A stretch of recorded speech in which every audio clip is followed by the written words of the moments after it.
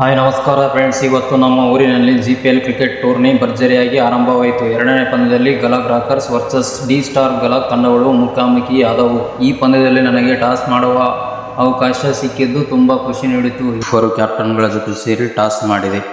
Toss ಗೆದ್ದ ನಮ್ಮ ಗಲಗ್ Rockers ತಂಡ ನಮ್ಮ ಮೊದಲು ಬೌಲಿಂಗ್ ಆಯ್ಕೆ ಮಾಡಿಕೊಂಡಿತ್ತು. ಸರ್ಪಭೂಷಣ ಅವರ ನಾಯಕತ್ವದ ಡಿ ಸ್ಟಾರ್ ತಂಡ ಸ್ವಾಮಿ ಅವರ ಅದ್ಭುತ ಬ್ಯಾಟಿಂಗ್ ನೆರವಿನಿಂದ 10 ಓವರ್ಗಳಲ್ಲಿ 93 ರನ್ ಗಳಿಸಿತು. ಈ ಗುರಿಯನ್ನು ಬೆನ್ನಟ್ಟಿದ ನಮ್ಮ ಗಲಗ್ ರಾಕರ್ಸ್ ತಂಡದಲ್ಲಿ ಬಸವನಾಯಕ್, ಮಕ್ಕುಂಬಾಯಿ ಮತ್ತು ಶಿವರಾಜ್ ನಾಯಕ್ ಅವರ ಭರ್ಜರಿ ಬ್ಯಾಟಿಂಗ್ ಹೋರಾಟ ಎಲ್ಲರ ಗಮನ ಸೆಳೆಯಿತು. ಕೊನೆಯವರೆಗೂ ಪಂದ್ಯ ರೋಚಕವಾಗಿ ಸಾಗಿತು.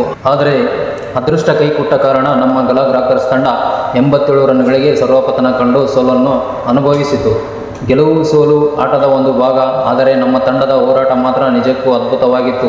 ಇವತ್ತಿನ GPL ಬ್ಲಾಗ್ ನಿಮಗೆ ಇಷ್ಟವಾದರೆ ಲೈಕ್ ಮಾಡಿ, ಶೇರ್ ಮಾಡಿ, ಕಾಮೆಂಟ್ ಮಾಡಿ. ಧನ್ಯವಾದಗಳು.